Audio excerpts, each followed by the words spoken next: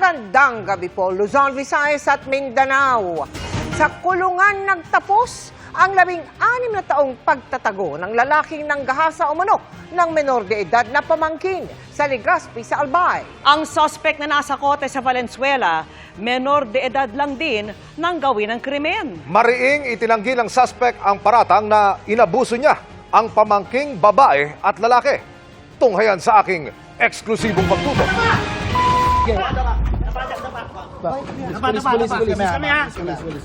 Ito ang tiyempong inabangan ng mga pulis. Ang paglabas ng gate ng lalaking subject ng warrant of arrest. Ano pangalan mo? Ano?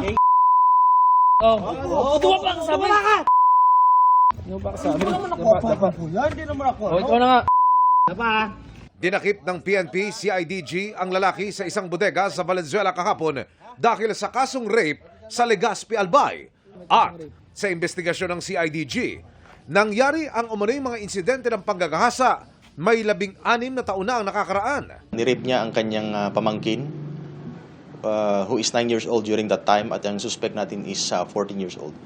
So he went into hiding dito sa NCR for 16 years. Bukod sa anak na babae ng kanyang kapatid, sinasabing pinagsamantalahan din daw ng suspect ang isa pa nitong pamangking lalaki. We have received unverified information that he has a pending case of another rape.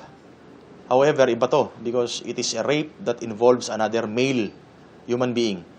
So sa batas natin, it was still considered rape under Article 266-E ng Revised Penal Code. Nakausap ko ang suspect kanina.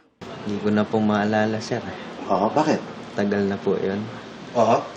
Siguro ang edad ko nun 14 ata. Oo. Hindi ko na maalala, sir. Hingi ako ng tawad. Dadalhin sa Albay ang suspect kung saan siya sinampakan ng kaso. Paalala naman ng CIDG sa publiko. Ingatan po natin yung mga anak natin, lalo na pag mga babae.